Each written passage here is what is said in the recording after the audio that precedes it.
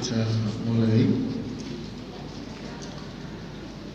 Assalamualaikum warahmatullahi wabarakatuh.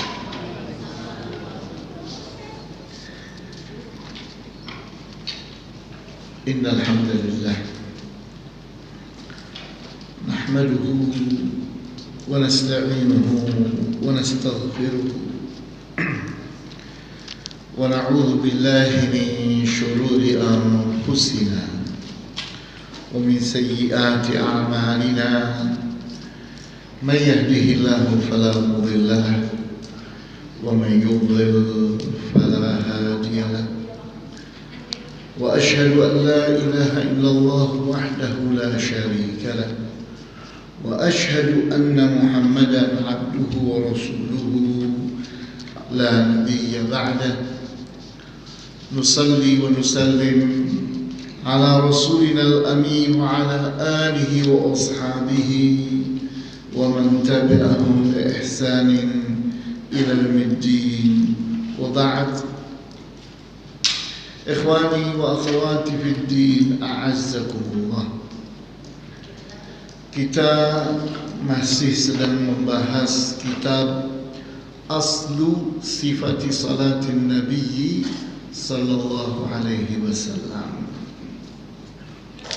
yang ditulis oleh Syekh Muhammad Nasiruddin Al-Albani rahimahullah, di mana kita ingin melanjutkan bahasan kita yang judulnya adalah Salatul Maridi Jalisan, salatnya orang sakit dengan cara berduduk. Salatul maridi jalisan, salatnya orang sakit dengan cara berduduk atau duduk. Di mana di sini di antara dalil-dalil yang diungkapkan oleh Al-Imam Al-Albani, yang pertama adalah hadis yang diriwayatkan oleh sahabat yang bernama Imran ibnu Husain radhiyallahu anhu. Ini tokoh penting dalam permasalahan ini. Jadi kalau kita berbicara tentang salatnya orang sakit dalam keadaan duduk, maka hadis terpentingnya adalah hadis yang diriwayatkan oleh sahabat yang bernama Imran ibnu Husain. Husain itu pakai sad, bukan Husain kalau anaknya Ali bin Abi Thalib, Al-Hasan dan Al-Husain itu pakai sin. Al-Hasan artinya baik, Al-Husain artinya anak kecil yang baik. Kemudian kalau ini bukan, kalau ini pakai sad, Husain, ya, di mana yani hasin itu sesuatu yang terjaga, terlindungi. Husain artinya anak kecil yang terlindungi. Nah, itu sekedar untuk mengingat-ingat nama riwayat hadis ini di kalangan para sahabat radhiyallahu anhu, di mana hadis ini diriwayatkan oleh Al-Bukhari, At-Tirmidzi, kemudian At-Tahawi, dan nanti ada hadis-hadis yang juga akan melengkapinya dari para riwayat yang lain. Nah, Imran ibnu Husain menceritakan tentang dirinya. Beliau katakan, kanat bi bawasir. Waktu itu aku punya penyakit bawasir. Bawasir atau wasir atau ambil. Itu penamaan untuk penyakit yang kurang lebih hampir sama.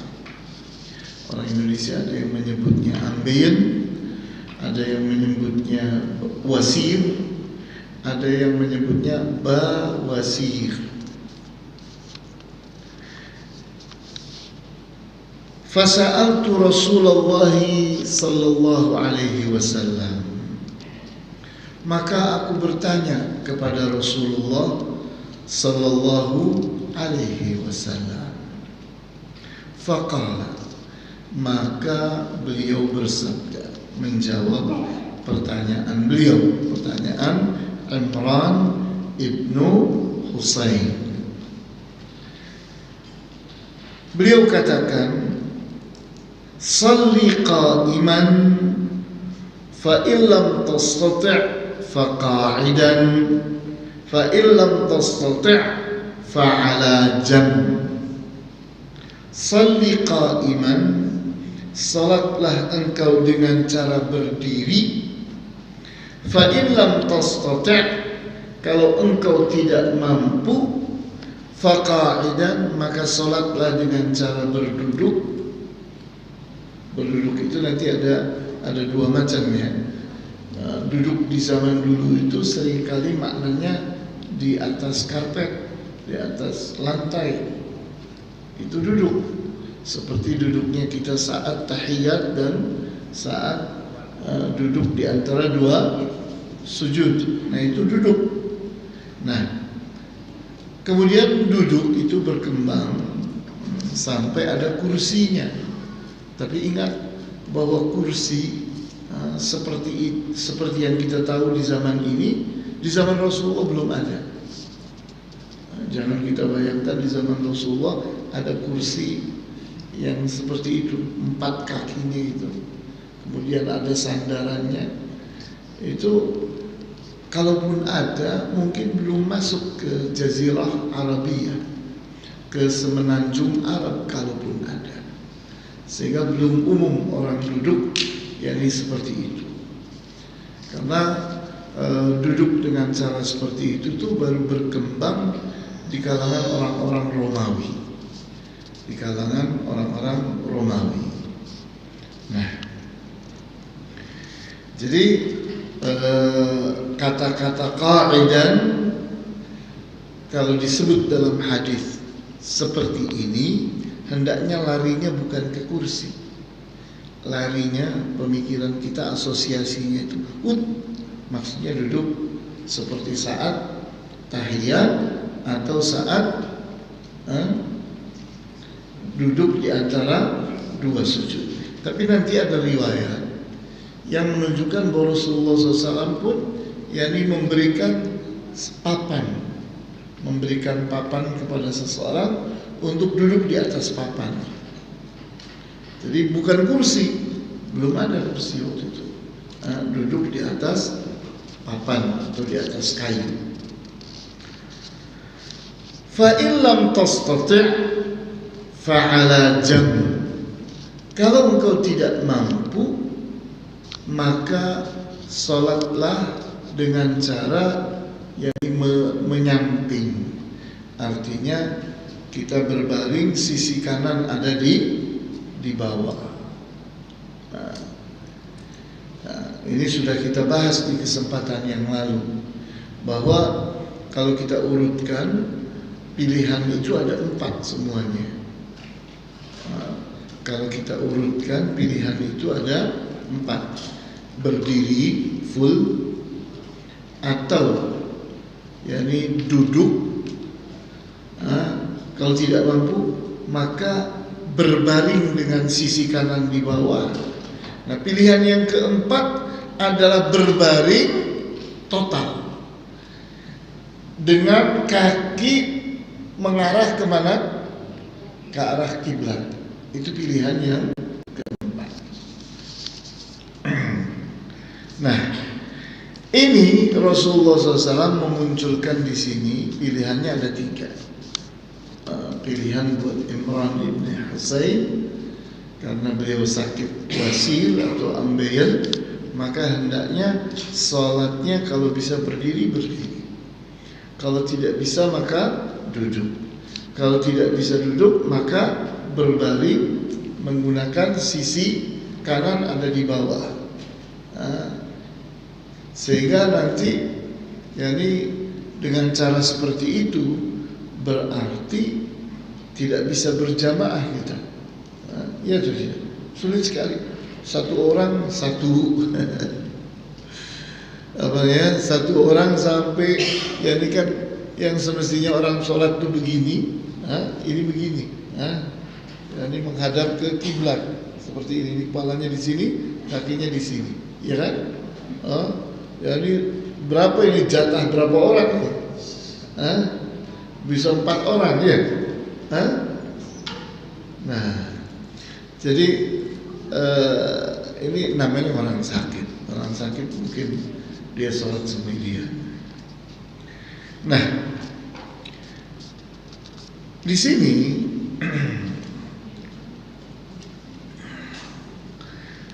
pertama kita ingin menerangkan dulu apa yang dimaksud dengan bawasir. Diterangkan di sini.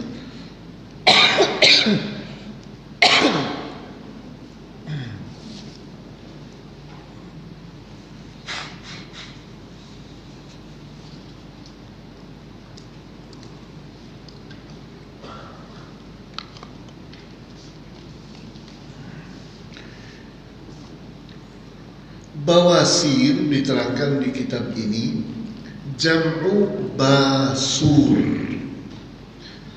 jamak dari basur. Jadi basur itu satu, bawasir ada banyak. Kemudian maknanya waramun fi batinil maq'adah, adanya bengkak atau peradangan di perutnya al-maq'adah. Al-maq'adah itu bokong atau dubur atau pantat, agak kasar pantat ini. Tapi ya ini sudahlah, bahasa Indonesianya kurang lebih itu. Di mana orang yang kena ambeien itu atau kena wasir itu, dia punya masalah bahwa di duburnya itu terjadi semacam luka-luka, bengkak-bengkak, bahkan seringkali korengnya, yang menyulitkan buat dia itu untuk beraktivitas menyentuhkan pantatnya secara langsung, duburnya secara langsung. Dan itu melelahkan sekali. Nah, oleh karena itu Rasulullah SAW memberikan keringanan. Nah, nanti masalah yang akan muncul, apa sama pahalanya kalau berdiri dengan duduk dan dengan berbaring? Apakah sama pahalanya? Karena ada riwayat yang menyebutkan sholat duduk dengan sholat berdiri itu beda pahalanya. Sholat duduk itu setengah pahalanya. Nah, jangan buru-buru, jangan dicatat seolah-olah itu artinya itu sebagai kesimpulan kita. Belum, kita masih akan membahas. Tapi saya terangkan di awal supaya tahu, sudah membayangkan dari sekarang, dari awal, bahwa nanti akan ada masalah. Masalahnya apa? Yani tentang pahalanya. Nah, kita lihat kenapa Rasulullah SAW mengurut di sini. Ya tadi mengurutkan. Kenapa enggak Rasulullah bilang kalau bisa berbaring maka berbaring, kemudian berdirinya ditaruh di belakang? Kan tidak begitu. Diletakkannya yang paling sulit dulu. Yang paling sulit itu adalah berdiri. Kalau tidak mampu maka duduk. Kalau tidak mampu maka yang paling ringan yaitu berbaring. Itu paling ringan. Nah, kemudian di sini ada riwayat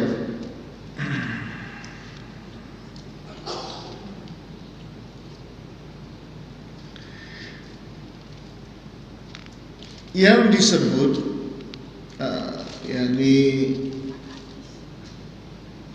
bahwa riwayat ini yakni disandarkan oleh periwayat yang namanya Az-Zailai, dan kemudian An-Nasai, Az-Zailai dan An-Nasai. Di sana ada tambahan pilihan yang keempat. Fa in lam tastati' fa mustalqiyan. Dan jika engkau tidak mampu, maka istilqa. Istilqa itu berbaring total. Nah, seperti yang sudah kita bahas di waktu yang lalu, berbaring total itu caranya bagaimana? Kepala ada di belakang, kemudian kaki mengarah ke kiblat, seperti itu. Nah, dan hadis ini, hadis yang riwayat ini, riwayatnya Az-Zailai dan An-Nasai, itu menambahkan ayat Al-Quran, la yukallifullahu nafsan illa wus'aha. Allah tidak membebani suatu jiwa kecuali sekemampuannya. Artinya ini pilihan, silakan pilih mana yang kau mampu. Mampu berdiri, itu yang terbaik. Tidak mampu berdiri, maka pilihan yang kedua, yaitu duduk. Tidak mampu yang kedua, maka yang ketiga berbaring dengan menggunakan sisi kanan.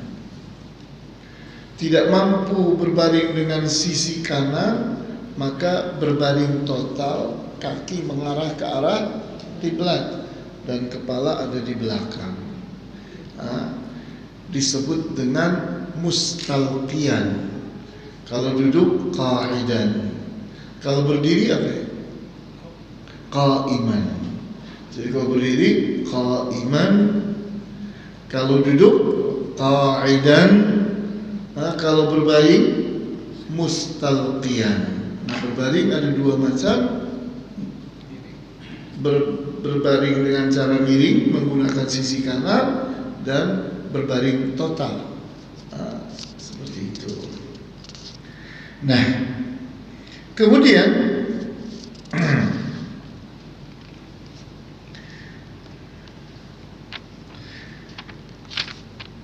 berikutnya kita lihat di sini Al-Hafidh. Kalau disebut Al-Hafidh itu umumnya maksudnya adalah siapa ya? Siapa? Siapa? Al-Hafidh itu biasanya maksudnya julukan untuk Ibnu Hajar Al-Asqalani. Ibnu Hajar Al-Asqalani ini yakni seorang ahli hadis yang merupakan sumber utama dalam mentahqiq. Mentahqiq itu yakni mendudukkan masalah supaya duduk benar-benar duduk. Di mana yakni di saat orang itu mendapatkan, loh kok hadis ini bilang gini, hadis ini bilang gini, hadis ini bilang gini, gimana sih? Saya jadi bingung. Nah, segera rujuk kitabnya siapa? Ibnu Hajar Al-Asqalani. Apa judulnya? Apa judul bukunya?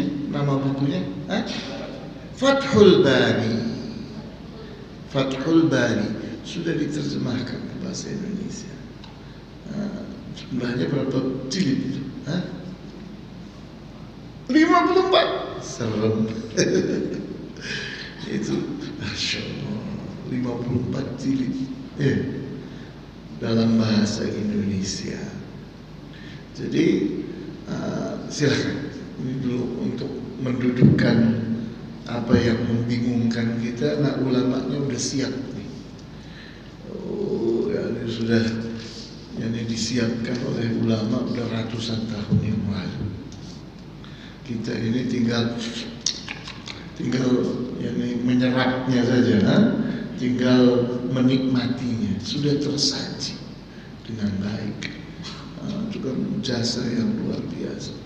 Jasanya Al-Albani malah menyajikan hadis, dan setiap kitab hadis sudah dibelah dua. Setiap kitab hadis dibelah dua, jadi apa dan apa? Sahih dan dhaif. Hebatnya itu Al-Albani, sehingga antum tinggal pengen tahu Nasai yang sahih yang mana? Ya ini kumpulan hadis-hadis An-Nasai yang sahih.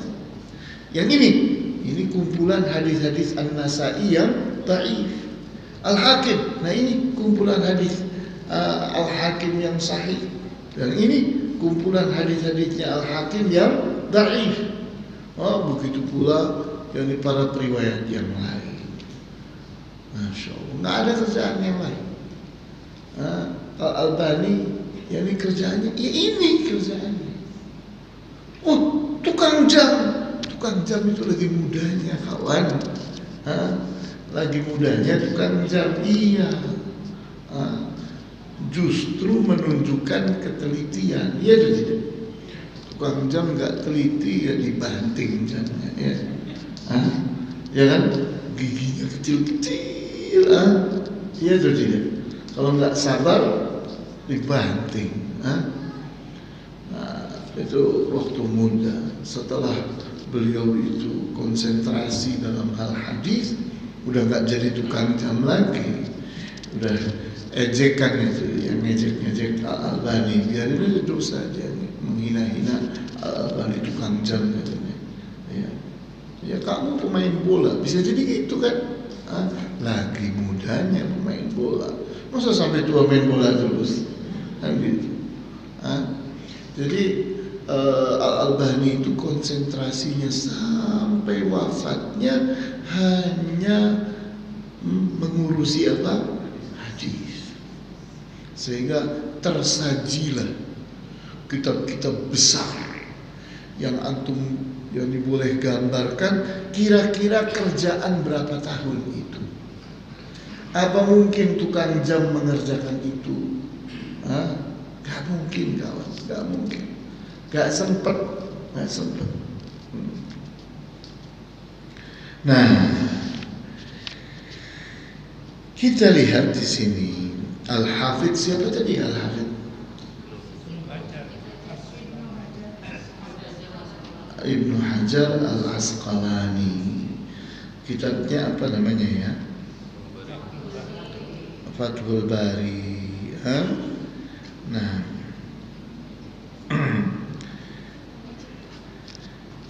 ada buku yang bukan Fathul Bari, kecil bukunya.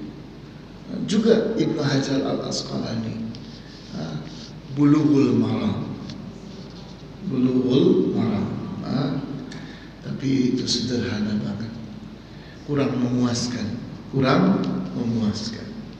karena masih banyak yang belum terbahas di sana.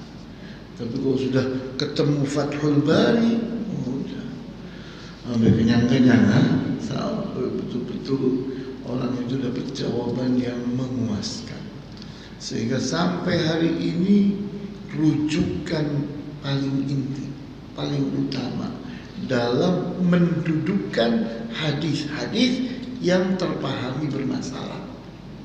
Bukan hadisnya bermasalah, tapi terpahami bermasalah. Nah, dikatakan oleh Ibnu Hajar Al-Asqalani atau Al-Hafidh, istadalla bihi man qala la yantaqilul maridu ila al-qu'udi illa ba'da 'adamil qudrati 'ala al-qiyam.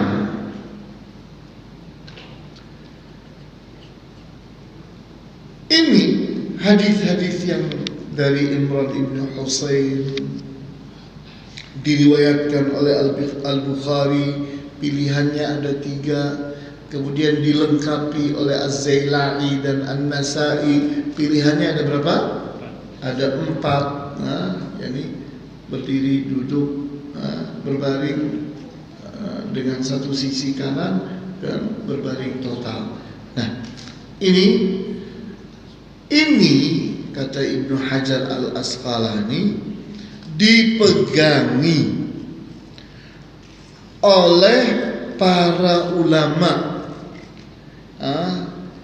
yang berpendapat bahwa la yantaqilul maridu ilal qu'udi illa ba'da adamil qudrati 'alal qiyam, bahwa tidak bolehlah orang sakit itu berpindah ke duduk kecuali tidak mampu berdiri. Waqad hakahu Iyadh 'an Syafi'i wa 'an Malik wa Ahmad. Nah, di antara ulama itu yang pertama adalah Al-Imam Syafi'i dalam riwayatnya Iyadh. Kemudian dikatakan juga Al-Imam Malik berpendapat seperti itu. Dan diriwayatkan juga Al-Imam Ahmad berpendapat seperti itu.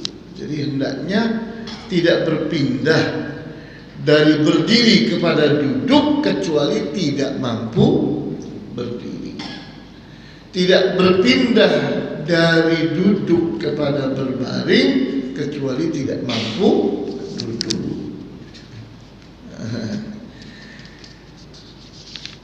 Qala ibnuhu Abdullah su'ila abi 'anil maridi mata yusalli qa'idan. Anaknya Al-Imam Ahmad ibn Hanbal menceritakan tentang ayahnya, yaitu Al-Imam Ahmad ibn Hanbal.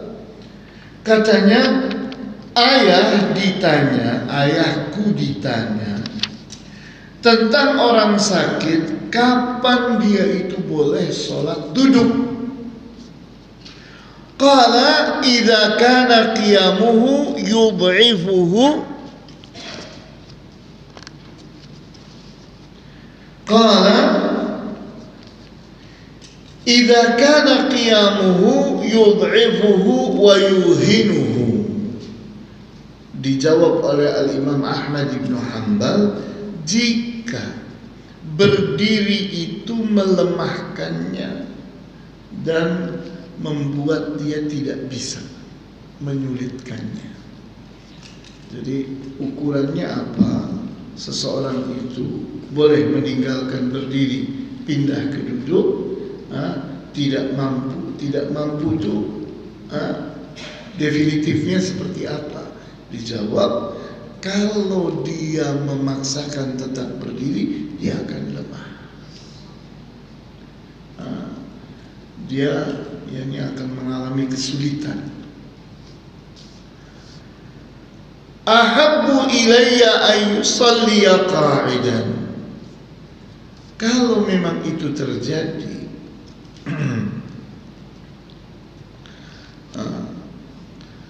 kalau itu terjadi artinya seseorang dalam keadaan berdiri tidak bukan tidak mampu tapi melemahkannya, maka kata Al-Imam Ahmad ibn Hanbal, di posisi ini berdiri itu masih lebih baik daripada duduk.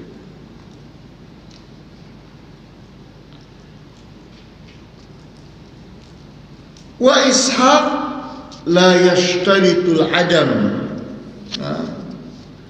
bal wujudul masyaqqah. Tapi ulama yang lain bernama Ishaq tidak mensyaratkan ketidakmampuan total,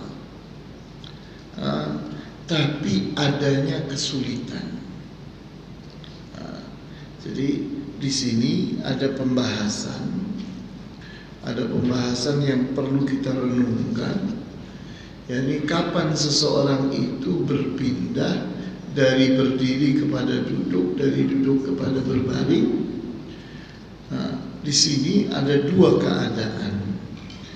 Keadaan yang pertama yaitu al-adam, yaitu adam itu artinya tidak mampu total. Yang kedua adalah al-masyaqqah. Al-masyaqqah itu mampu tapi sulit.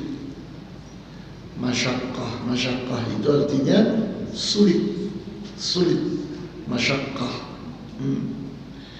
Jadi di sini ada dua keadaan.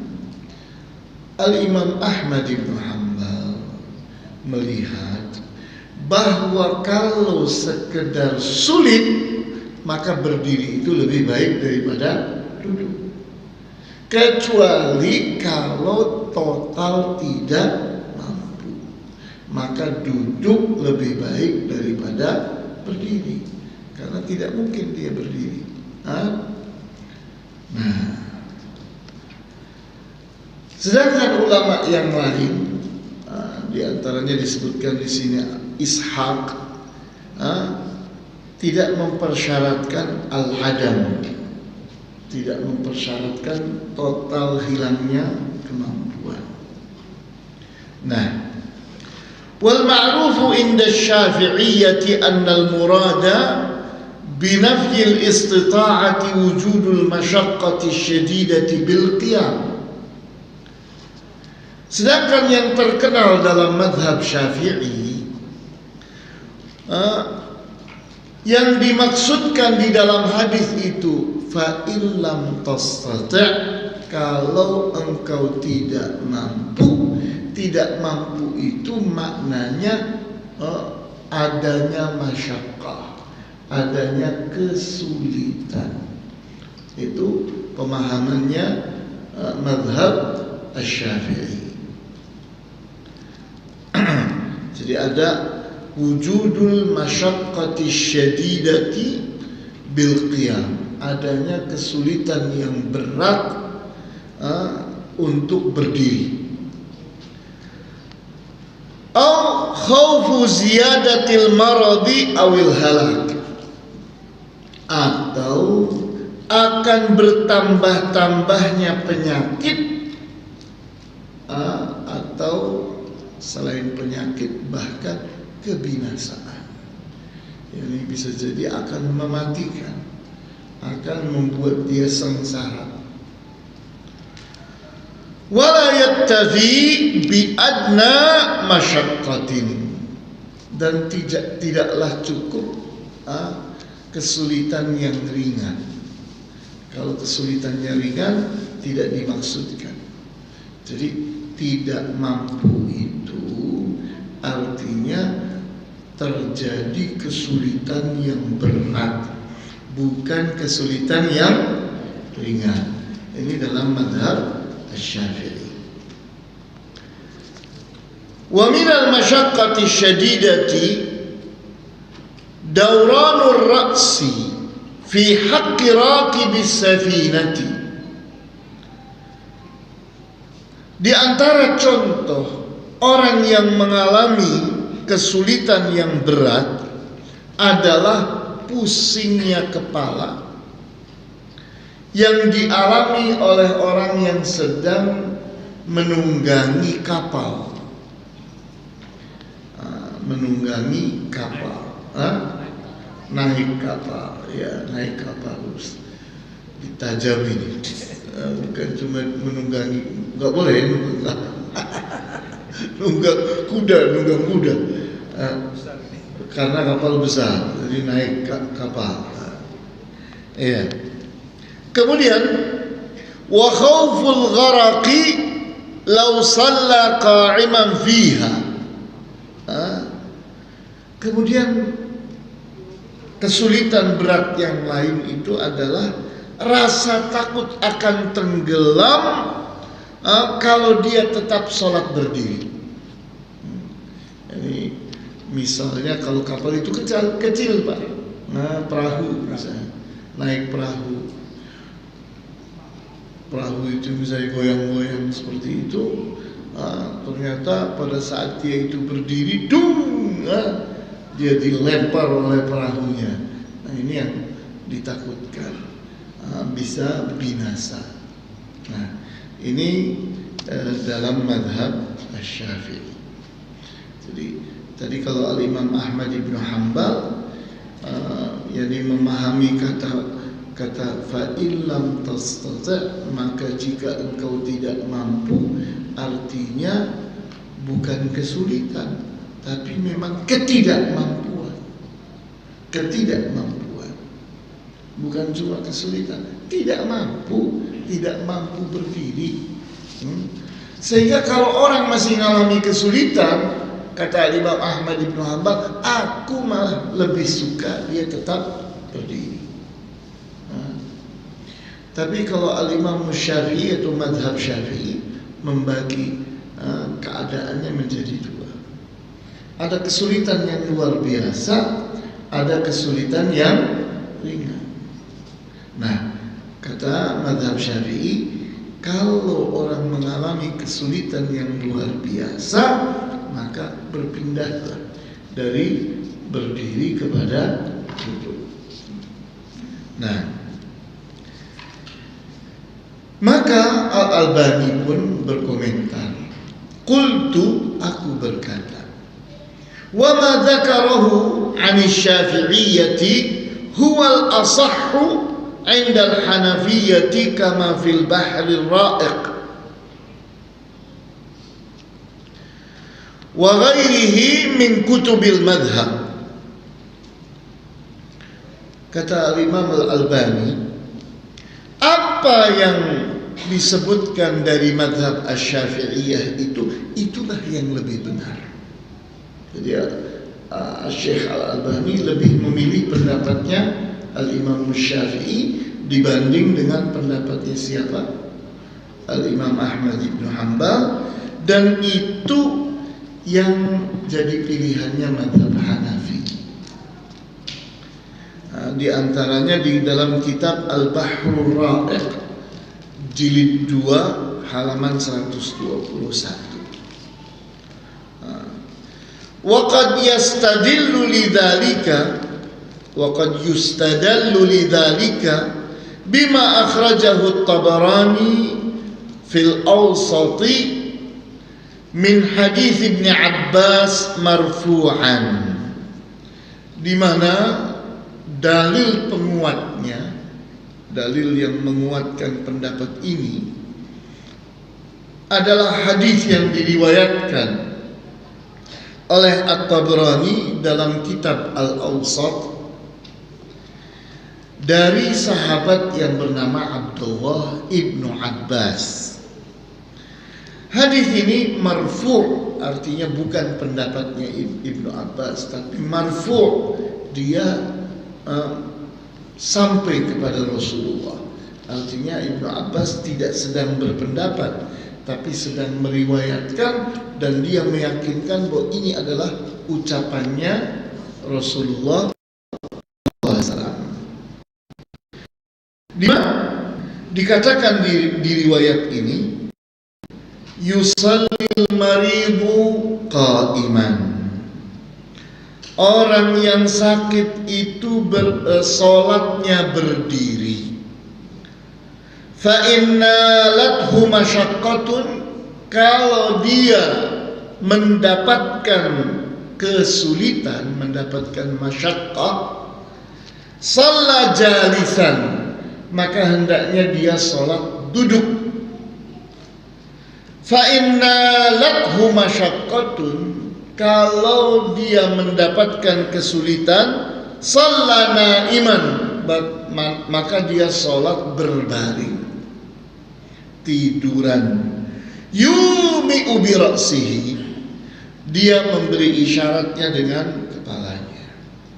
Jadi kalau seseorang itu sholat dalam keadaan tidur, maka di saat dia ingin mengisyaratkan dirinya akan ruku, maka diangkat sedikit. Kalau yang mengisyaratkan dirinya untuk sujud, maka dia mengambil lebih. Maka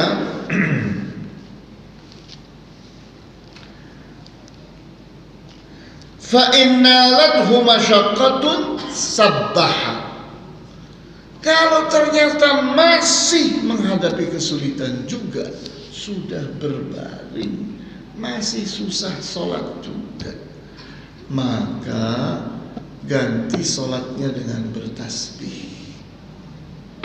Bacaan-bacaan sholatnya itu sudah tidak lagi Al-Fatihah, sudah tidak lagi membaca surat, tapi dari awal sampai akhir digantikan itu semua dengan bertasbih.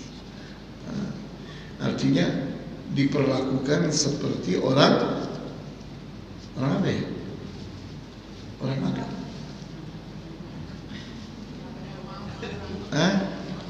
Bukan. Seperti mu'allaf, orang yang baru masuk Islam, belum bisa baca Al-Fatihah, belum bisa baca surat-surat Al-Quran, tapi harus sholat, namun belum bisa. Ya sudah, belajar tasbih saja. Subhanallah, Allahu Akbar, Subhanallah. Jadi inilah Islam, di mana orang itu punya kewajiban sholat, maka kemampuannya itu diikuti. Jangan sampai seseorang meninggalkan sholat sama sekali. Iya atau tidak? Bisa berdiri, tidak bisa duduk, tidak bisa duduk berbaring dengan sisi kanan, tidak bisa berbaring total, tidak bisa bertasbih. Kalau tidak bisa, maka mengisyaratkannya. Kalau dia tidak bisa menggerak-gerakkan kepala begini, maka bagaimana dia mau tunjukkan bahwa dirinya sedang apa? Sedang ruku, sedang sujud, maka dia gunakan mata.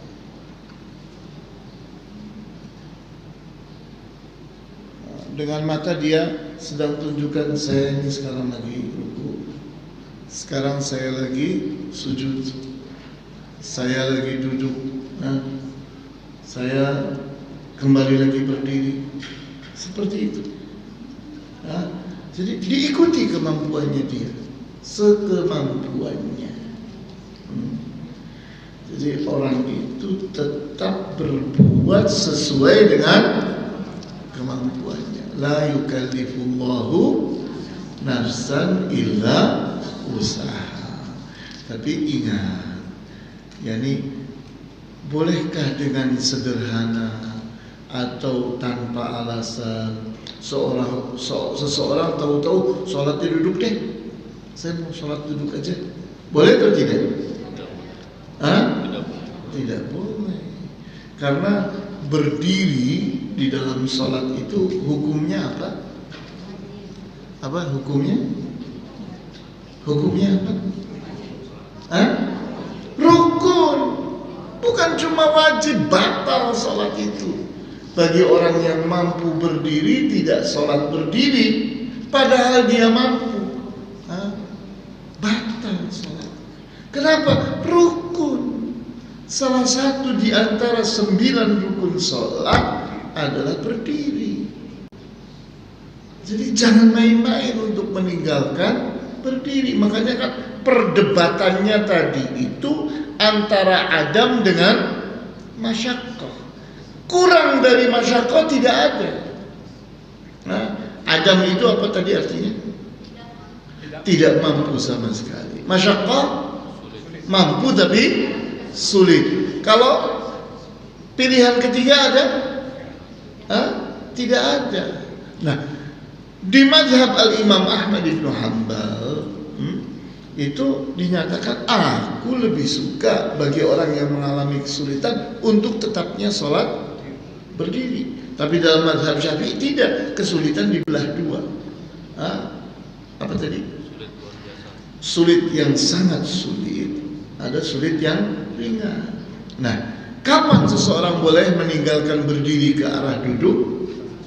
Di saat sangat sulit, bukan sulit yang ringan. Ya, bisa dipahami atau tidak? Ini penting sekali supaya kita jangan bermudah-mudah meninggalkan sholat berdiri. Karena apa? Berdiri dalam sholat itu hukumnya apa? Rukun. Ya, bisa dipahami ya? Ya. Kemudian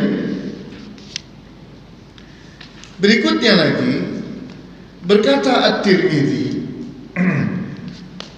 "Wakhtalafa ahlul ilmi fi salatil maridi idza lam yastati' ay yusalliya jalisan." Kata Al-Imam At-Tirmidzi, telah berbeda pendapat para ulama tentang sholatnya orang sakit jika dia itu tidak mampu berdiri, maka dia sholat duduk. Faqala ba'du ahli ilmi yusalli ala jambihil ayman. Sebahagian dari para ulama mengatakan bahwa kalau dia tidak mampu duduk, maka dia sholatnya dengan sisi kanannya. Wa qala ba'dhum yusalli mustalqiyan ala qafahu wa rijlahu ilal qiblati. Kemudian berkata lagi yang sebahagian yang lain, dia sholat dengan berbaring di atas qafahu. Qafa itu ini, leher bagian belakang, itu disebut dengan qafa. Artinya seperti ini, lehernya nempel di pembaringan, lehernya yang bagian belakang nempel ke pembaringan. Itu namanya apa? Mustalqiyan ala qafahu, berbaring menggunakan apa bahasa Indonesianya qafa ini? Tengkuk. Tengkuk ya. Tengkuk, leher bagian belakang tengkuk kan? Ya. Jadi berbaring dengan tengkuknya. Begitu. Ya. Nah. Kemudian berikutnya lagi, qultu, Al-Imam Ahmad bin Hanbal mengomentari, Al-Imam Ahmad bin Hanbal, Al-Imam Al-Albani, Syekh Nasiruddin Al-Albani berkomentar tentang permasalahan yang terakhir ini. Wa bihi qala al-Hanafiyyah wa ba'd asy-Syafi'iyyah kama fil Fathain, Fathul Bari wa Fathul Qadir. Aku katakan, kata Al-Imam Al-Albani, pendapatnya Tirmidzi tadi, omongannya Tirmidzi tadi, ungkapannya Tirmidzi tadi, itulah yang menjadi madhab Hanafiyah dan menjadi madhab sebahagian dari Syafi'i, madhab Syafi'i. Dan itu tertulis di dalam dua buku Fathah. Ada dua buku Fathah. Dua buku Fathah itu Fathul Bari dan Fathul Qadir. Fathul Bari dan Fathul Qadir.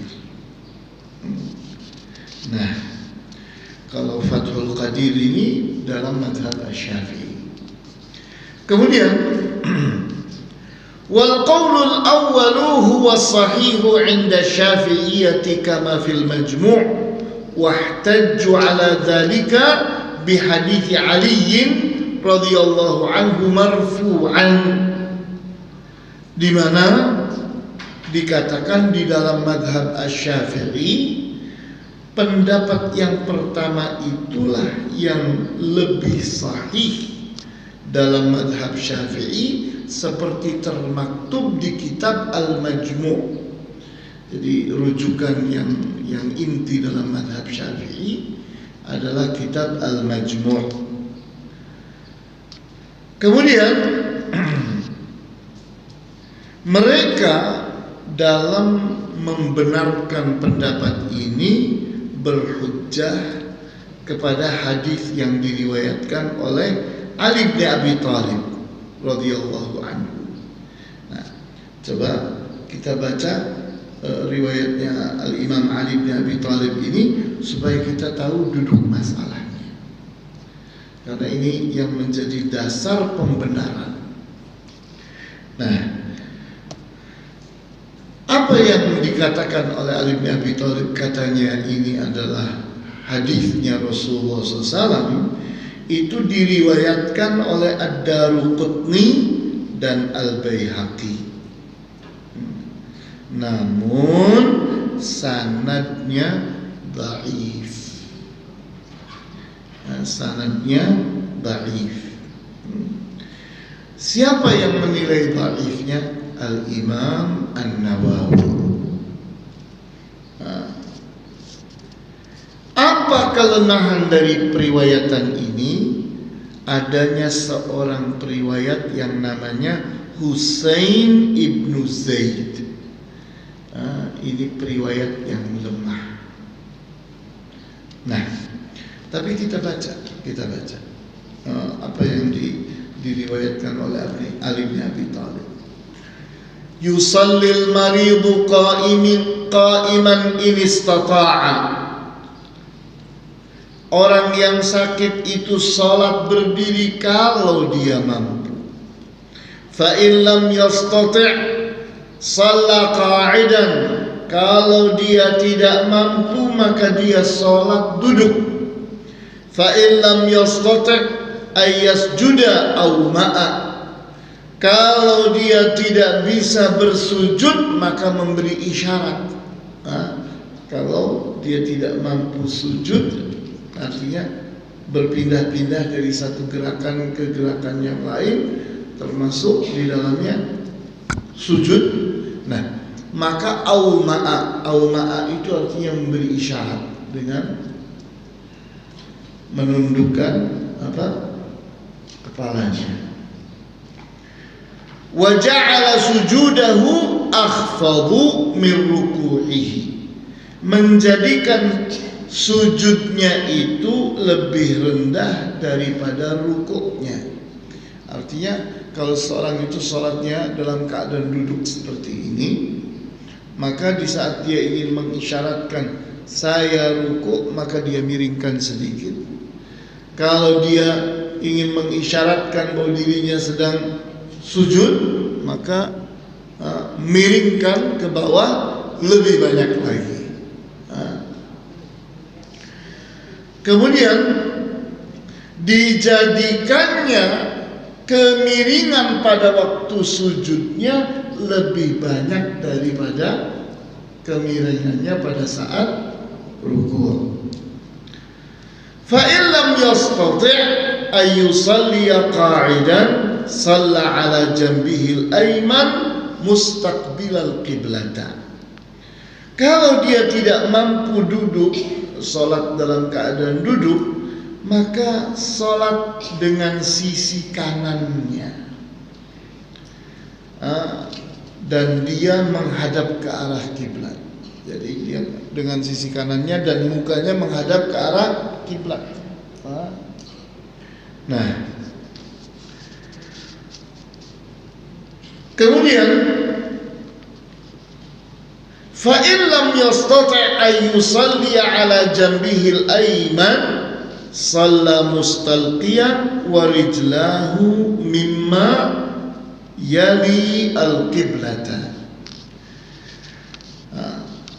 Kalau dia tidak mampu salat dengan sisi kanannya, maka dia salat berbaring di mana kedua kakinya itu menghadap ke arah kiblat.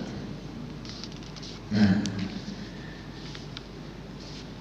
Ini di samping Al-Imam Al-Albani Al-Imam An-Nawawi mendhaifkannya, juga dha'afahu Ibnu al-Madini wal Hasan Ibnu al-Husain al-Urani wa huwa matruk.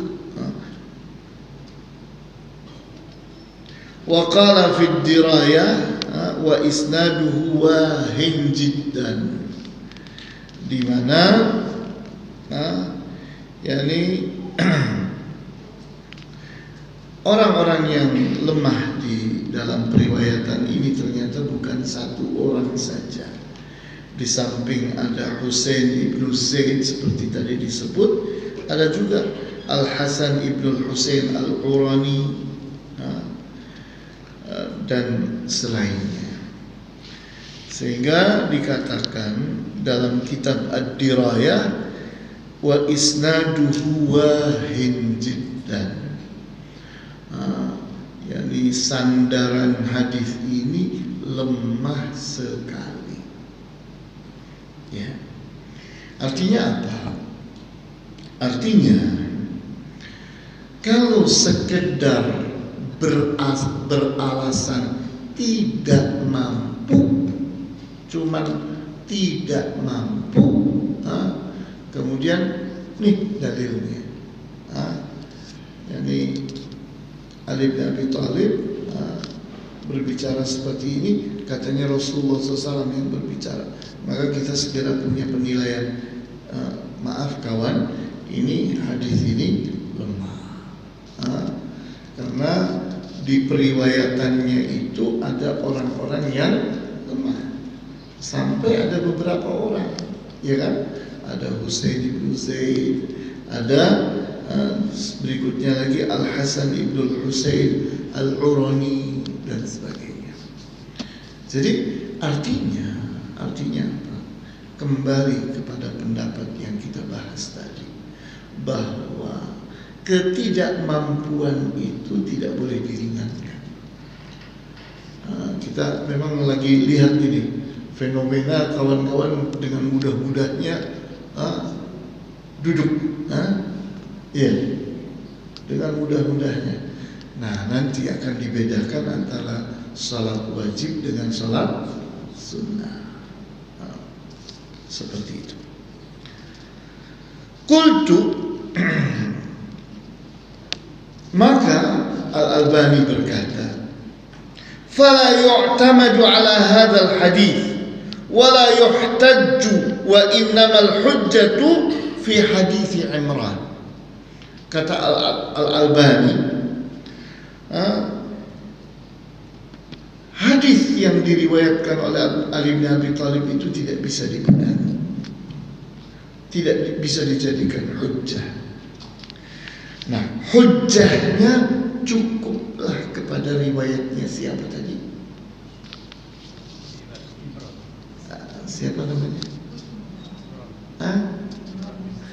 Imran ibnu Husain. Imran ibnu Husain. Itulah sandaran utama berbicara tentang sholat duduk buat orang sakit. Sandaran utamanya itu. Begitu kita pindah ke riwayatan yang lain, bermasalah.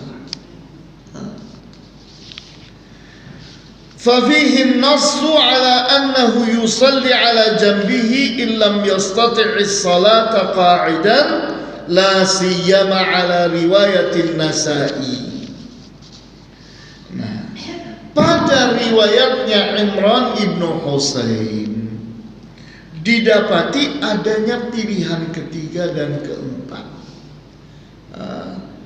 di mana jadi kalau orang itu tidak mampu melakukannya duduk, maka ada pilihan yang ketiga, yaitu berbaring. Bahkan ada tambahan lagi, ya kan, sampai jadi 4. Nah, la siyama ala riwayatin Nasa'i, lebih lagi di saat kita mempelajari riwayatnya An-Nasa'i.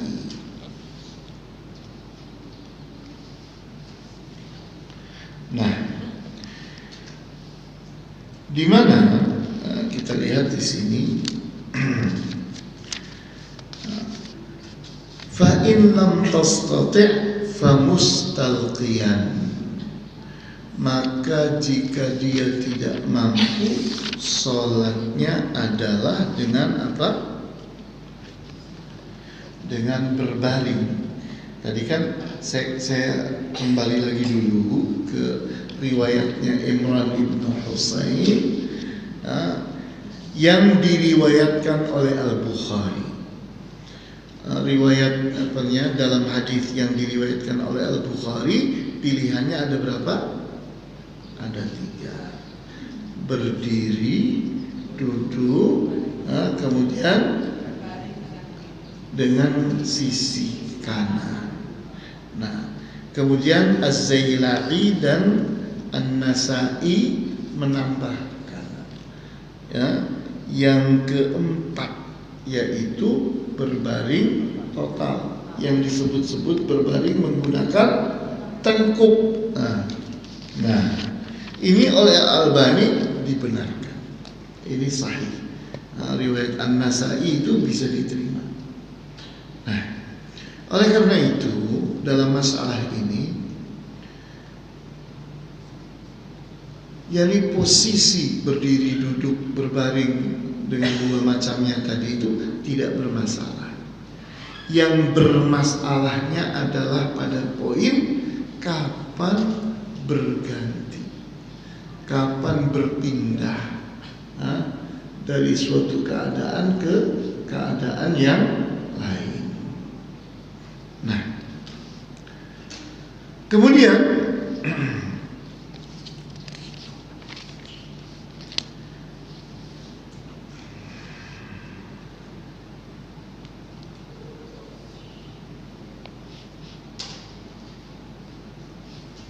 baiklah, ini kita ingin masuk ke masalah yang berikutnya yang saya sudah isyaratkan di awal. Nah, dikatakan di sini wa qala aidan sa'altuhu an salatir rajuli wa huwa qa'idun. Imran ibnu Husain melanjutkan omongannya, melanjutkan pertanyaannya. Faqala, dan dia bertanya kepada Rasulullah SAW tentang sholatnya seseorang dalam keadaan duduk. Faqala, man shalla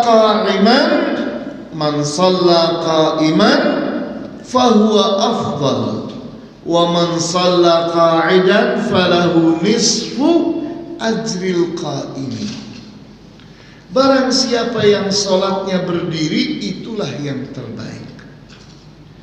Wa man shalla qa'idan, barang siapa yang sholatnya duduk, falahu nisfu ajril qa'imi, maka pahalanya setengah dari pahalanya orang sholat berdiri. Nah, ini tolong diperhatikan. Jangan mudah-mudahnya berpindah ke duduk, karena nanti akan dibahas di sini. Kalau seseorang masih mampu berdiri, hendaknya berdiri. Kalau sudah tidak mampu total, nah baru akan sama hukumnya saat dia berdiri atau duduk. Sama, pahalanya sama, karena nanti akan ada riwayat Rasulullah sholatnya duduk. Nah, jadi tolong dipahami dengan baik. Tolong dipahami dengan baik. Kalau seseorang itu masih mampu berdiri, maka jangan pindah ke duduk. Karena kalau masih mampu berdiri, pahala sholatnya dia duduk itu berapa? Setengahnya kalau dia berdiri. Kecuali kalau dia tidak mampu sama sekali. maka sholat duduknya dengan sholat berdirinya sama pahalanya. Nah, nanti kita akan bahas alasannya, dalilnya. Nah, kemudian kita perhatikan di sini berkata Al-Hafidh, Al-Hafidh siapa ya? Ibnu Hajar Al-Asqalani. Iya, Ibnu Hajar Al-Asqalani, pengarang kitab apa tadi? Fathul Bari. Ya. Saya kenapa kok menekankan yang kayak beginian, supaya kalau lagi kita sendiri baca ngerti. Jangan dikatakan dalam kitab Fathu, apa itu kitab Fathu, atau berkata Al-Hafidh. Siapa itu Al-Hafidh? Kan akhirnya tidak terbantu, ya kan? Makanya kita pahami supaya pada saat kita baca sendiri, oh iya, saya paham maksudnya gini, saya paham maksudnya gini. Nah, dikatakan yustathna min umumihi, yastathni min umumihi an-nabiyyu sallallahu alaihi wasallam, fa inna salatahu qa'idan la yanqusu ajraha an salatihi qa'iman, li hadithi Abdullah ibn Amr qala balaghani anna an-nabiyya sallallahu alaihi wasallam qala salatul rajuli qa'idan ala nisfi as-salah fawajadtuhu yusalli jalisan fawada'tu yadayya ala ra'si faqala ma laka ya Abdullah fa'akhbartuhu faqala ajal walakinni lastu ka ahadin minkum, akhrajahu Muslim wa Abu Dawud wa Nasa'i. Di mana Ibnu Hajar Al-Asqalani menyebutkan ini yang kita perlu pahami dengan baik, bahwa Rasulullah SAW telah mengecualikan dari keumuman ucapan beliau yang diriwayatkan oleh Imran ibnu Husain tadi. Tadi dikatakan oleh Imran ibnu Husain bahwa orang yang sholatnya duduk pahalanya berapa? Setengah dari pahalanya orang yang sholatnya berdiri. Nah, di sini ada pengecualian, di mana Nabi SAW menyebutkan pengecualian itu di saat bahwa beliau itu sholatnya duduk tapi tidak terkurangi pahalanya, tetap utuh. Apa dalilnya? Dalilnya adalah hadis yang diriwayatkan oleh Abdullah ibnu Amr ibnu Al-As. Nah, sahabat yang bernama Abdullah ibnu Amr ibnu Al-As, katanya telah kepadaku suatu riwayat, suatu hadis,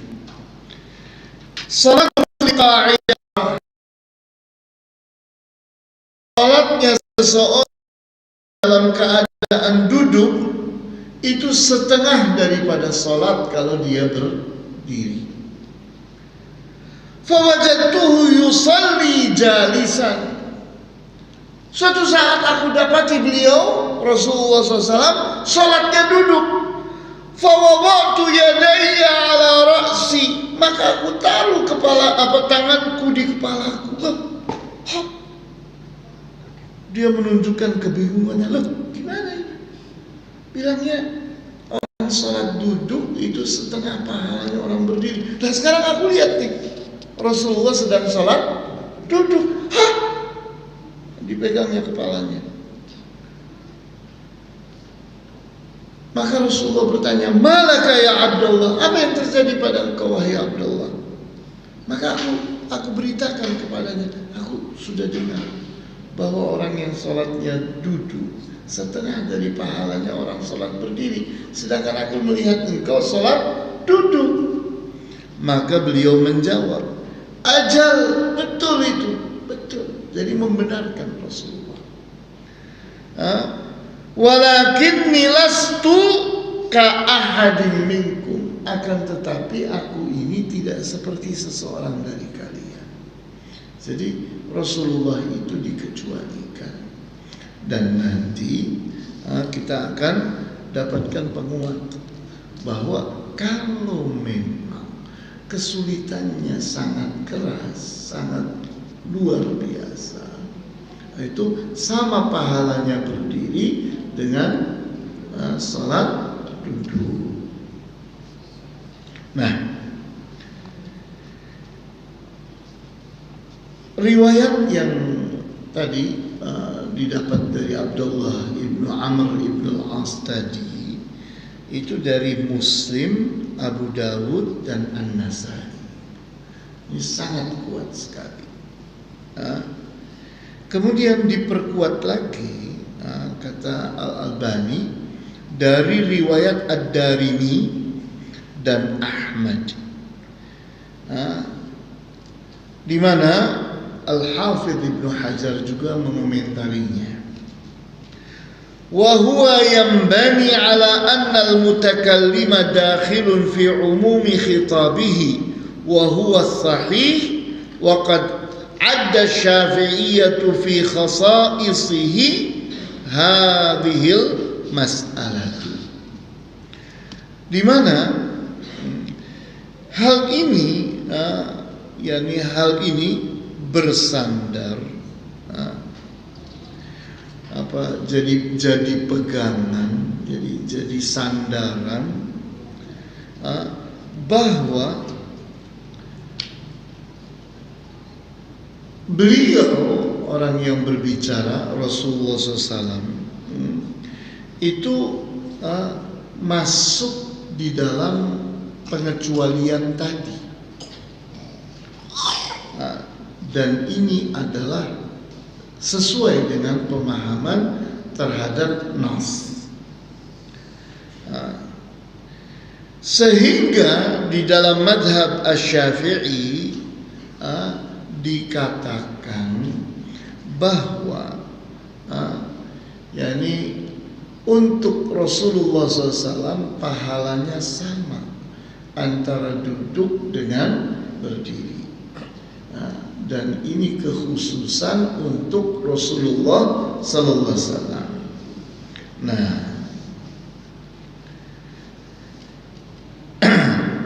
kemudian kita perhatikan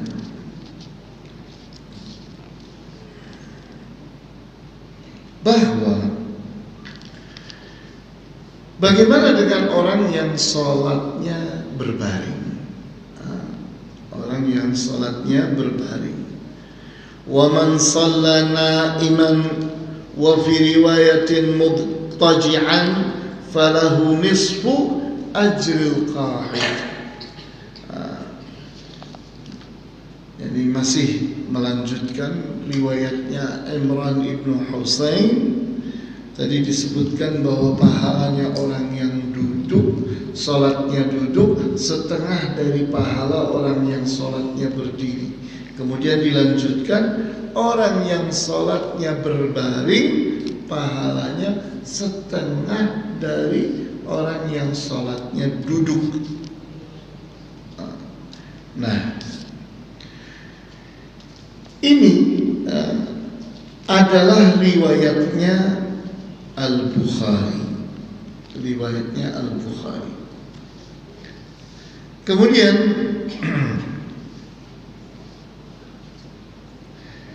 diingatkan di sini oleh Al-Albani, su'alu Imran 'anil rajuli kharaja makhrajal ghalib fala mafhuma lahu balir rajulu wal mar'atu fi dzalika sawa'un. Kemudian pertanyaannya Imran tadi yakni menyebutkan tentang dirinya bertanya kepada Rasulullah SAW.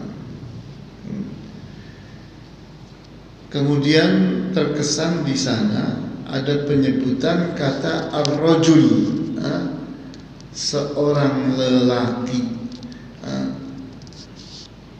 di mana pertanyaannya begini: Sa'altuhu sallallahu alaihi wasallam an salatir rajuli wa huwa qa'idun. Aku pun bertanya kepada Rasulullah SAW tentang sholatnya seorang lelaki, dia dalam keadaan duduk. Nah, di sini perlu diingatkan oleh Al-Albani. Beliau katakan penyebutan sholatnya seorang lelaki di sini ini berbicara tentang keumuman, tidak mengkhususkan dan membedakan antara lelaki dengan perempuan. Karena penyebutan seseorang itu boleh kita menyebutkannya dengan al-mar'u atau ar-rajulu, yang maknanya seseorang, baik orang itu lelaki ataupun perempuan.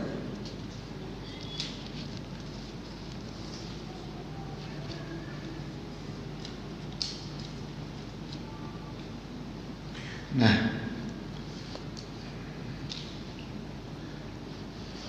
di sini dikatakan oleh Al-Albani, qultu wa huwa riwayatun lil Imam Ahmad wa fihi dalalatun ala jawazi at-tanaffuli muttaji'an wa qad nafahu al-Khattabi wa tabi'ahu Ibn Battal wa zada lakinil khilafu thabitun faqad naqalahu at-Tirmidzi bi isnadihi ila al-Hasan al-Basri qala in sha'a ar-rajulu shalla salat at-tatawwu'i qa'iman wa jalisan wa muttaji'an wa qala bihi jama'atun min ahli al-'ilmi wa huwa ahadul wajhaini lisy-Syafi'iyyati wa sahhahahu al-mutaakhirun wa hakahu Iyad wajhan 'inda al-Malikiyyati aidan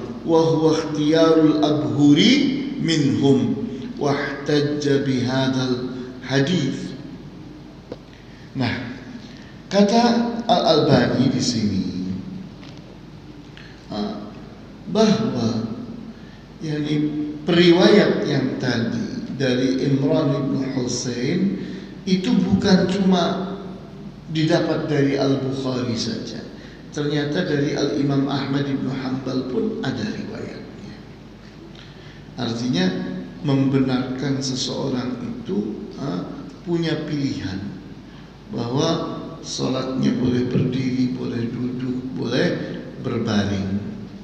Nah, kemudian pahalanya pun berubah, bahwa sholat duduk itu setengah dari pahala orang berdiri, setengah orang yang berbaring itu pahalanya setengah dari orang yang duduk. Ini hadis yang kuat kata Imam Al-Albani.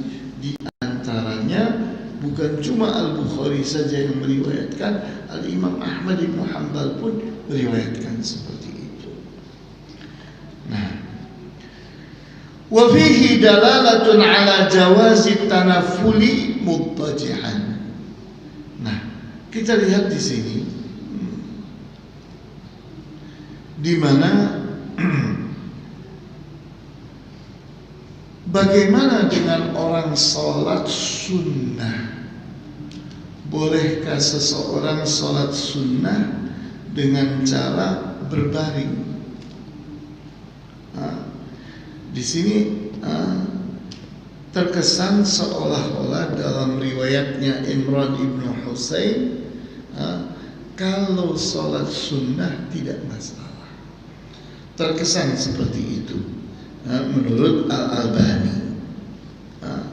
Jadi ada kesan pada hadis ini, yakni kalau orang itu misalnya Contoh, seseorang sholat tarawih. Sholat tarawih hukumnya apa? Sunnah. Adakah pilihan buat dia untuk sholat duduk?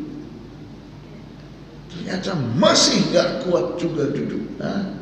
Adakah pilihan buat dia dengan berbaring? Ada?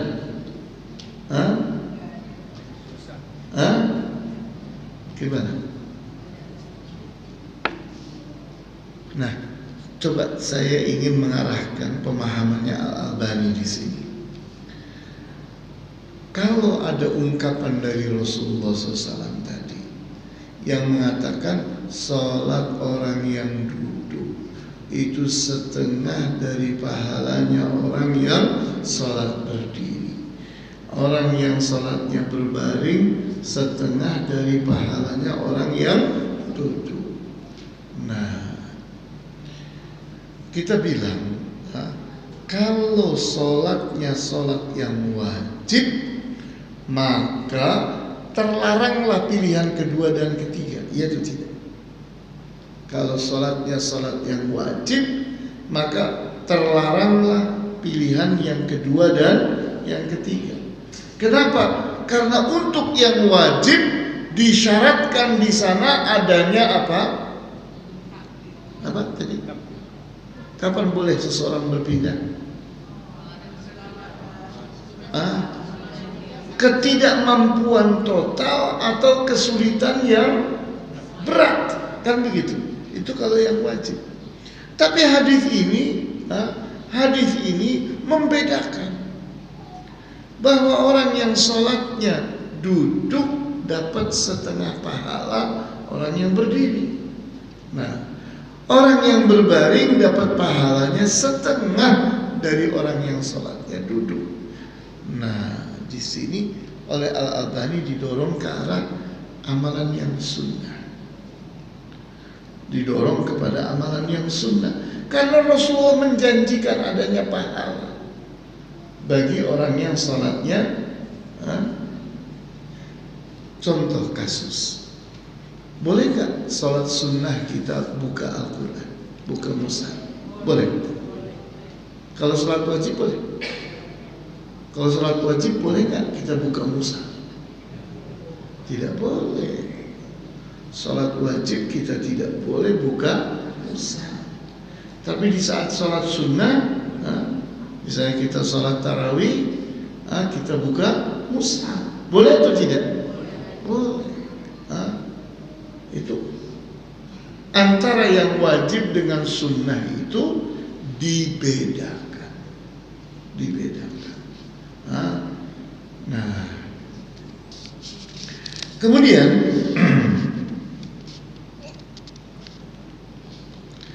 berikutnya lagi, wal hadithu hamalahu jumhurul ulama 'ala al-mutanaffili wa hamalahu al-Khattabi 'ala al-muftaridi 'ala at-tafsil al-ati wal-zahiru anna al-haditha yashmulu an-naw'ain faqala al-Khattabi al-muradu bi hadithi Imran al-marid al-muftarid alladhi yumkinuhu an yatahamala fayaqumu ma'a mashaqqatin فجعل أجر القاعد على النصف من أجر القائم ترغيبا له في القيام مع جواز قعوده انتهى.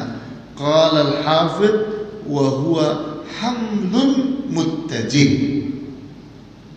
Nah, di sini dikatakan bahwa hadis Imran ibnu Husain dengan perinciannya tadi itu dipahami oleh jumhur al-ulama sebagai perkenan atau pembolehan untuk orang yang mutanafil. Mutanafil itu apa artinya?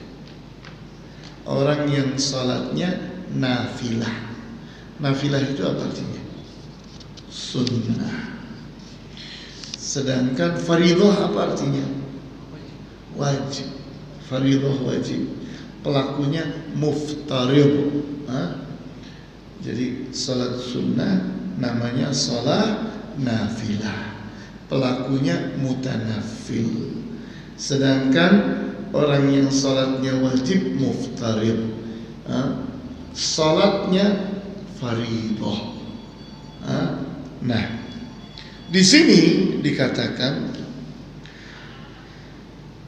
bahwa jumhurul ulama mengatakan janji-janji tadi, janji-janji pahala, bahwa orang yang duduk pahalanya setengah dari orang yang berdiri, orang yang berbaring pahalanya setengah dari orang yang duduk.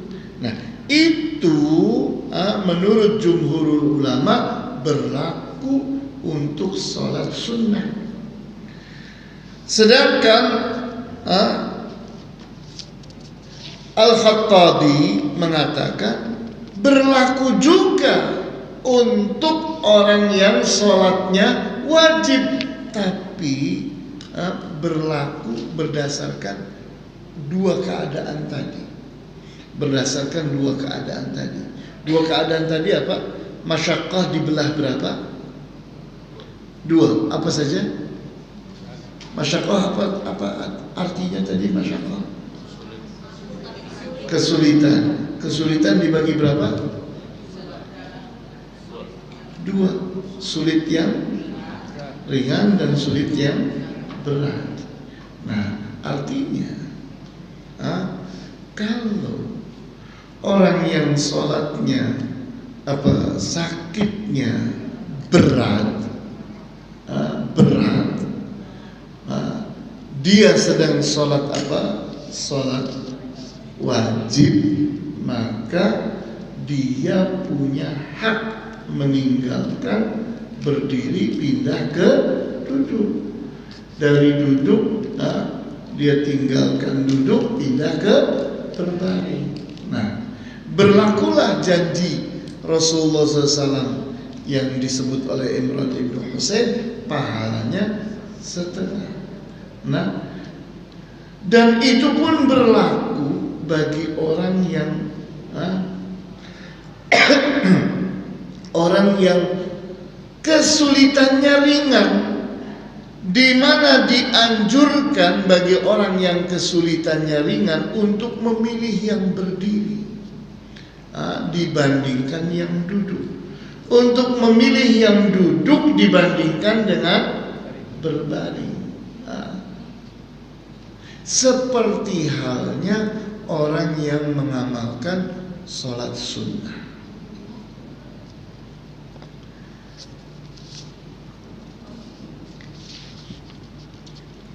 Tapi yang paling penting kita pahami dulu secara total, nanti kita usahakan.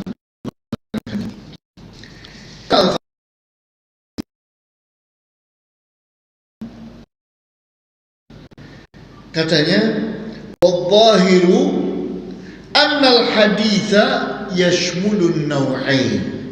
Kata Al-Khattabi, hadis Imran ibn Husain berlaku untuk dua macam tadi. Berlaku untuk dua macam tadi.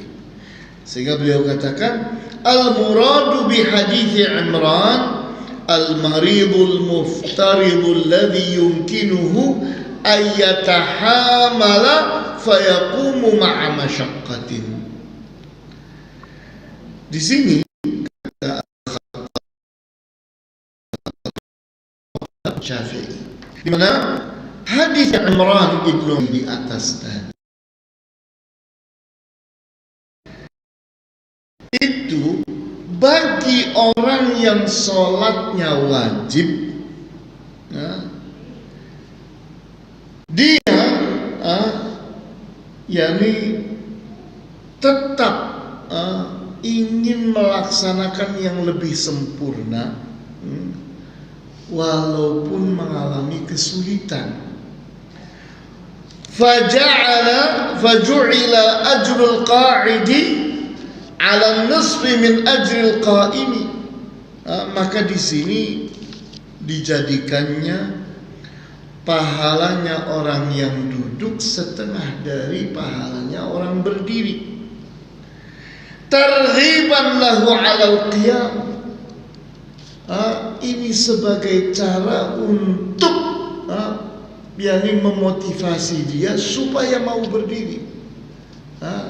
Karena kamu kesulitan memang, tapi ingat pahalanya lebih besar.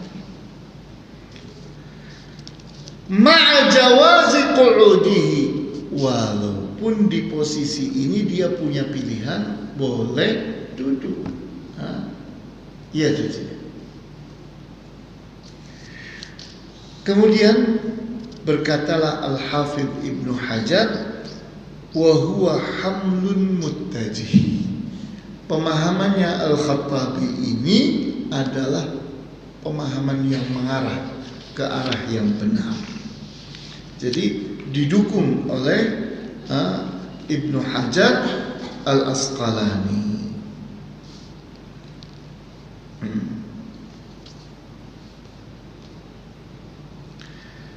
Kemudian kita pun yakni melihat lagi pendapat ulama yang lain. Wa amma qaulul baji innal haditha fil muftaridi wal mutanaffili ma'an. Dikatakan oleh Al-Baji, hadis ini berbicara untuk orang yang salatnya wajib atau salatnya sunnah sama. Fa in arada bil muftaridi ma qararnahu fadzaka wa illa faqad aba dzalika aktsarul ulama wa hamalul haditsa 'alal mutanaffil. Kalau dikehendaki pada hadis ini adalah orang yang sholatnya wajib, itu sudah kita bahas di awal. Akan tetapi yakni kita sedang membahas tentang bagaimana dengan orang yang hukum sholatnya sunnah. Maka ini pun hadis Imran ibnu Husain pun berlaku untuk orang yang sedang sholat sunnah. Seperti itu. Wala yalzamu min dzalika an la tarida suratu allati dzakaraha al-Khattabi wa qad warada fil hadithi ma yashhadu laha. فعند أحمد من طريق ابن جريج عن ابن شهاب عن أنس قال قدم النبي صلى الله عليه وسلم المدينة وهي محمة فحم الناس فدخل النبي صلى الله عليه وسلم المسجد والناس يصلون من قعود فقال صلاة القاعد نصف صلاة القائم. Suatu saat Rasulullah SAW datang ke Madinah, sedangkan di Madinah sedang terjadi penyakit demam. Yani sedang terjangkit penyakit demam. Kemudian orang pun pada mengalami demam.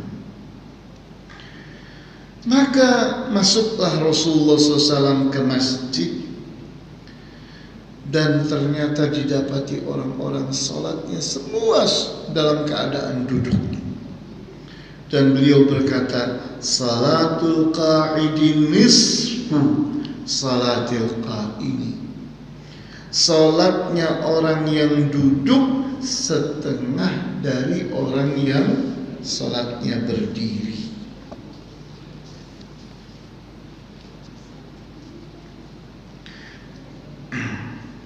Nah, di sini Al-Albani berkata, al-hadithul ladzi azahu li Ahmad huwa fi musnadihi.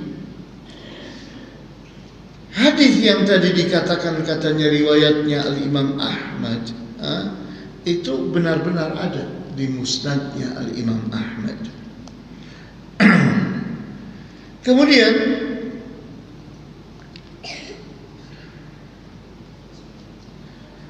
setelah Rasulullah SAW mengucapkan itu kepada mereka yang tadi sholatnya duduk, maka dikatakan oleh Anas bin Malik, jadi ini Anas bin Malik menyebutkan adanya sebuah tambahan cerita. Katanya, fatajashaman nasu as-salata qiyaman. Maka orang pun berusaha dengan kesulitan mereka untuk bisa sholat berdiri. Nah, kata Al-Imam Ahmad Al-Albani, wa hadza isnaduhu wa hadza isnadu rijalihi thiqat. Riwayatnya Anas bin Malik ini periwayatnya kuat, sanadnya itu kuat. Wa rijaluhu rijalus sittah, dan para periwayatnya adalah orang-orang yang biasa disebut dalam periwayatan yang 6. Al-Bukhari, Muslim, dan Al-Hakim dan An-Nasai, ada 6 periwayatan. Akan tetapi ada kelemahan. Ada kelemahan. Apa kelemahannya? Di sini ada Ibnu Jurayj yang melompatkan periwayatan,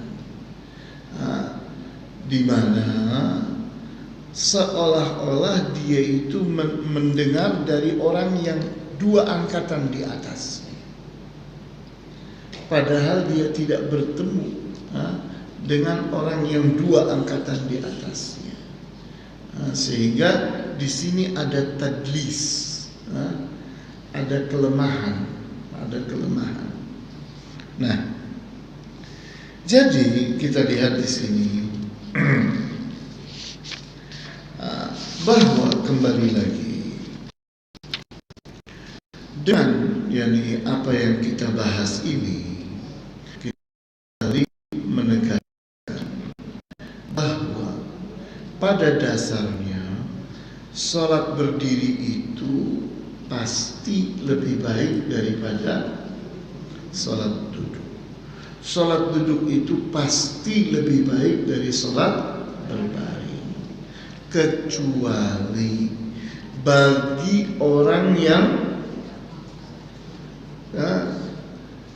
tidak memiliki kemampuan, atau dalam mazhab Syafi'i tadi orang yang memiliki kesulitan yang sangat berat, maka posisinya sama antara orang yang berdiri dan duduk dan berbaring, karena buat dia adalah pilihan, silahkan memilih.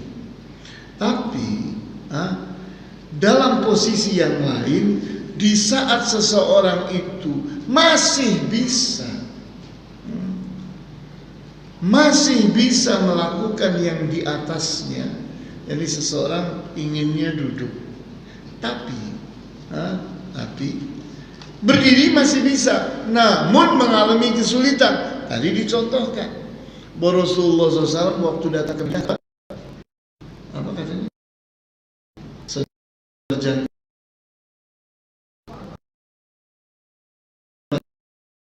Orang sholatnya duduk, maka Rasulullah SAW pun menyebutkan apa yang disebutkan oleh beliau,